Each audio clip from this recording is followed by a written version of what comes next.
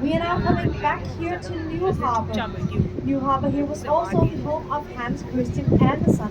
He used to live here all 20 years, on and off, up until his death in the late 1800s. This was a place where he wrote some of his most famous children's stories and poems. Vi er nu tilbage her i Nyhavn. Nyhavn her har også været hjemsted for H.C. Andersen. H.C. Andersen boede her i Nyhavn i 20 år som lidt on and off. Og det var også her, han skrev nogle af hans mest kendte børnehistorier og digte. Og også her, hvor H.C. Andersen døde tilbage i det sene 1600-tal. 1800-tal.